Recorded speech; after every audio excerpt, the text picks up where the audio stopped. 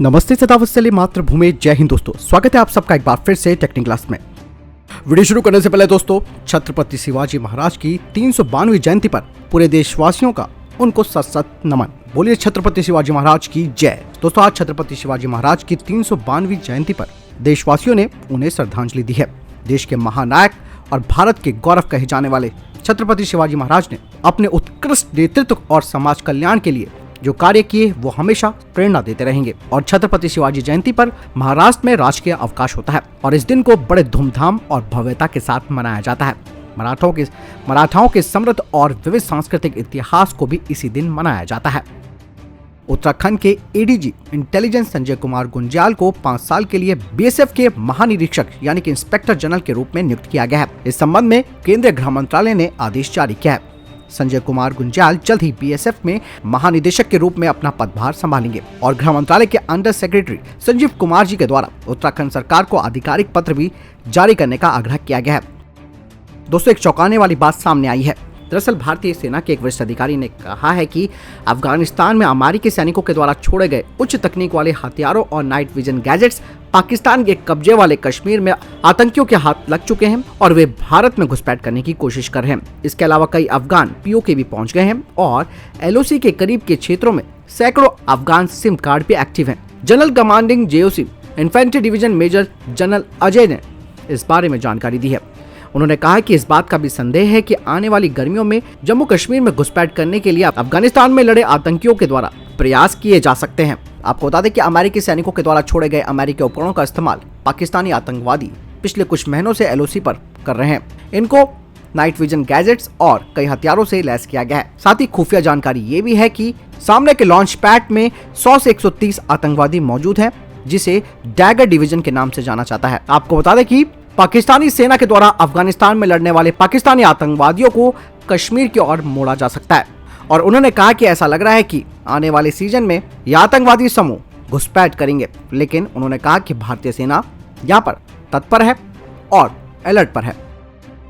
चीन की एक और चाल सामने आई है। दरअसल अब मिसाइल रिपेयरिंग बेस को वो बांग्लादेश में बना रहा है, जिसका मकसद साफ तौर पर यह है कि वहां पर वो अपना एक हथियार डिपो बनाने वाला है। चीन के द्वारा बांग्लादेश को सतह से हवा में मार करने वाली मिसाइल प्रणाली की आपूर्ति करने के 1 दशक के बाद अब रखरखाव और ओवरहॉल की सुविधा भी वहां पर बनाई जा रही है और जो मिसाइल बांग्लादेश को दी गई है उसी मिसाइल को और ज्यादा एडवांस वेरिएंट का उत्पादन असेंबली यहाँ पर बनाई जाएगी, जिसकी रफ्तार और मारक क्षमता दोगुनी होगी। कहा जा रहा है कि FM-90 वायु रक्षा मिसाइल के लिए बांग्लादेश में स्थापित होने वाली इस रखरखाव केंद्र के भागीदार के रूप में चीन की कंपनी वैनगार्ड को चुना गया है। वर्तमान में बांग्लादेश की वायुसेना, नौसेना और सेना इन मिसाइलों से लैस है। साथ ही पीपल लिबरेशन आर्मी के शस्त्रागार में भी यही मिसाइल है। ट्रक माउंटेड FM-90 सिस्टम होंगक्वी का एक उन्नत संस्करण है और 2011 में बांग्लादेश को इसकी आपूर्ति की गई थी। यह मिसाइल एक विमान रोधी प्रणाली है जो विमान, मिसाइलों या फिर ड्रोन जैसे उड़ने वाली वस्तुओं के खिलाफ हर मौसम में ऑपरेट होने में सक्षम है और ये कई लक्ष्यों के खिलाफ काम कर सकती है। इसमें 25 किलोमीटर की दूरी का रडार लगा हुआ है और ये कई लक्ष्यों को एक साथ आक्रमण करने में सक्षम है, जिसमें ultra low altitude cruise missile, हवा से हवा में मार करने वाली मिसाइल और 16 किलोमीटर से अधिक की दूरी पर एंटी रेडिएशन मिसाइल भी शामिल है। चीन का दूसरा सबसे बड़ा हथियार ग्राहक बांग्लादेश है। वहीं Stockholm International Peace Research Institute की एक रिपोर्ट में कहा गया है कि 2016 से 2020 के दौरान हथियारों के विक्रेताओं पर जो नई रिपोर्ट थी उसमें बांग्लादेश ने सभी चीनी सैन्य निर्यात का लगभग 17% खरीदा है और पाकिस्तान ने चीनी निर्यात का 38% हिस्सा खरीदा है। यानी कि बांग्लादेश में एक और नई चाल चाइना की और वो वहां पर मिसाइलों का रखरखाव और उनको उन्नत बनाने के लिए सुविधा स्थापित करेगा, जो कहीं ना कहीं एक तरह से भारत के लिए एक साफ चुनौती भी है कि ये एक तरह से चाइना का हथियार डिपो होगा भारत के खिलाफ। इसलिए भारत को अब चौकन्ना रहने की जरूरत है। और साथ ही दोस्तों, ये वही बांग्लादेश है जिसे हमने आजाद कराया था और आज हमको आंखें दिखाने की कोशिश कर रहा है। वक्त आने पर इसे भी देख लिया जाएगा। आपको क्या लगता है कमेंट सेक्शन में लिखकर बताएं। भारतीय विदेश मंत्री और भारतीय रक्षा मंत्री अप्रैल में 2+2 डायलॉग के लिए वॉशिंगटन डीसी जाएंगे, जिसमें कि 30 MQ-9 रीपर ड्रोन की डील को पूरा किया जाएगा। इसके अलावा आपको बता दें कि भारतीय नौसेना के द्वारा इस्तेमाल किए जा रहे 2 सी गार्डियन ड्रोन्स जो लीज पर हैं, उनकी लीज खत्म हो रही है और ऐसे में भारतीय नौसेना को इनकी सख्त जरूरत है। ऐसे में ये अप्रूवल भी इस 2+2 मीटिंग में किया जा सकता है।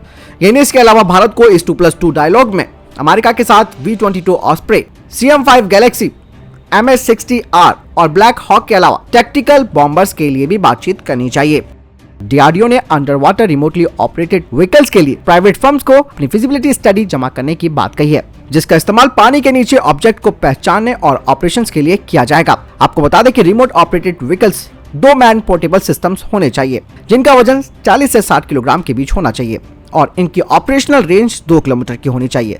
साथ ही पानी के नीचे 100 मीटर तक ऑपरेट होने में सक्षम होनी चाहिए, जिनका इस्तेमाल माइन काउंटर मेजर्स ऑपरेशन में इस्तेमाल किया जाएगा और इन्हें पावर देने के लिए लिथियम पॉलीमर सेकेंडरी बैटरी का इस्तेमाल होना चाहिए और इसका इंड्योरेंस टाइम करीबन 3 से 4 घंटे का होना चाहिए। साथ ही इसमें हाइब्रिड केबल्स भी होनी चाहिए, जो कि इसका जो इंड्योरेंस टाइम है उसे अनलिमिटेड कर सके, खास करके टेथर मोड में। साथ ही इमरजेंसी के लिए इसमें ऑन बोर्ड बैटरीज भी होनी चाहिए।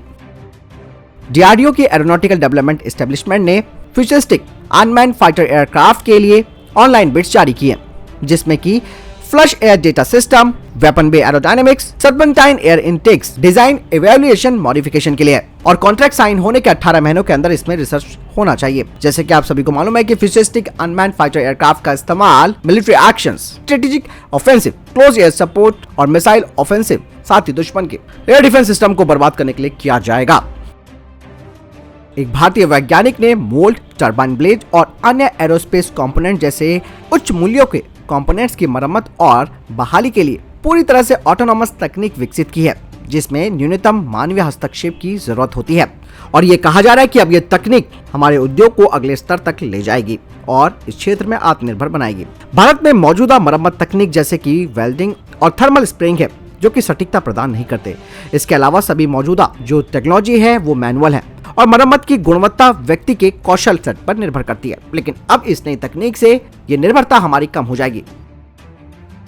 अमेरिकी एयरफोर्स के एक प्रोफेसर ने बताया है कि भारत को राफेल एयरक्राफ्ट के लिए जाना चाहिए और 114 MRF टैंडर के तहत राफेल विमान ही लेना चाहिए, जिससे कि इन विमानों की लॉजिस्टिक और मेंटेनेंस आसान हो जाएगी। आपको बता दें कि पहले के MMRCA टेंडर में राफेल और यूरोफाइटर टाइफून टॉप कंटेंडर थे, लेकिन हाल ही में एक रिपोर्ट सामने आई है जिसमें कहा गया है कि यूके अपने पुराने यूरोफाइटर टाइफून्स को अब रिटायर कर रहा है, जिनकी 15 साल की और लाइफ बची हुई है। ऐसे में वो इन्हें अपग्रेड इसलिए नहीं कर रहा क्योंकि इनकी लागत बहुत ज्यादा है। वहीं दूसरी ओर फ्रांस राफेल को अपग्रेड करने वाले प्रोग्राम पर काम शुरू कर चुका है, खास करके F4 स्टैंडर्ड में, जिसे कि बाद में F5 स्टैंडर्ड में बदला जाएगा। वहीं दूसरी तरफ स्वीडिश ग्रिपिन को भी एक अच्छा ऑफर माना जा रहा है, लेकिन ज्यादातर जो डिफेंस एक्सपर्ट्स हैं वो कह रहे हैं कि 4.5 जनरेशन फाइटर एयरक्राफ्ट में पैसा लगाने से अच्छा है कि भारत को रशिया के Su-75 की तरफ जाना चाहिए, जो कि 5वीं पीढ़ी का फाइटर जेट है।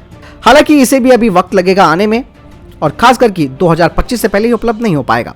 साथ ही रशिया को उसकी मार्केटिंग और तेज करनी होगी, वो भी बड़े पैमाने पर। हालांकि दोस्तों राफेल का ऑप्शन इसलिए अच्छा है क्योंकि अगर भारत में राफेल मैन्युफैक्चरिंग यानी कि निर्माण यूनिटें स्थापित हो जाती है तो आसानी से 150 राफेल के अपग्रेडेशन और रखरखाव यहाँ पर किया जा सकता है, जिसे कि डेसॉल्ट रिलायंस एरोस्पेस लिमिटेड में बनाया जाएगा और ऐसे में HAL को अपने स्वदेशी विमान और UAV पर ध्यान केंद्रित करने का मौका मिल जाएगा। भारत और संयुक्त अरब अमीरात ने आर्थिक संबंधों को और ज्यादा मजबूत करने के लिए मुक्त व्यापार पर हस्ताक्षर किए हैं। समझौते पर वाणिज्य एवं उद्योग मंत्री पीयूष गोयल और UAE के अर्थव्यवस्था के मामलों के मंत्री अब्दुल्ला बिन तौक अल मर ने हस्ताक्षर किए। मुक्त व्यापार समझौता यानी कि FTA को व्यापक आर्थिक भागीदारी समझौता यानी कि CEPA कहा जाता है। आपको बता दें कि इस तरीके के समझौतों में दोनों भागीदार देश व्यापार और ज्यादातर वस्तुओं पर सीमा शुल्क में उल्लेखनीय कमी करते हैं या फिर उसे खत्म कर देते हैं। इसके अलावा वे सेवा क्षेत्र में व्यापार बढ़ाने और निवेश को गति देने वाले नियमों को उदार बनाते हैं। दोनों देशों के बीच 2020 से 2021 में द्विपक्षीय व्यापार 43 यानी कि 43.3 अरब डॉलर का था। UAE को अफ्रीका और दुनिया के अन्य भागों के लिए प्रवेश द्वार यानी कि एंट्री गेट कहा जाता है।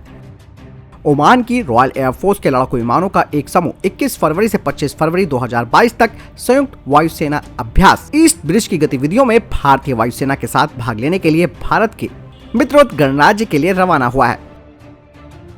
तो दोस्तों ये थे अभी तक के टॉप डिफेंस और स्पेस अपडेट। वीडियो के संबंध में कोई प्रश्न जवाब है, आपको कोई सवाल है, कमेंट सेक्शन में लिखकर जरूर पूछ सकते हैं। मिलता हूं नए वीडियो के साथ, चैनल जरूर सब्सक्राइब कीजिएगा। जय हिंद, वंदे मातरम।